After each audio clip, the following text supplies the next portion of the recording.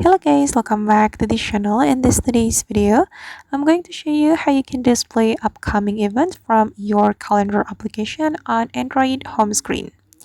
Okay, let's get started guys. Here I have opened my Android mobile phone and this is my home screen.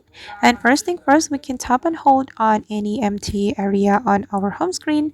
Then we can choose the widgets and we're going to add the calendar widget to display the upcoming event. So you can go to the calendar widget right here and you just need to choose like the upcoming event. You can click on it and just click on add. Okay, and now as you can see guys that the upcoming event from my calendar has been displayed on my home screen, and that's so easy, right? Okay guys, and that's how we can display upcoming event from calendar application on our Android home screen.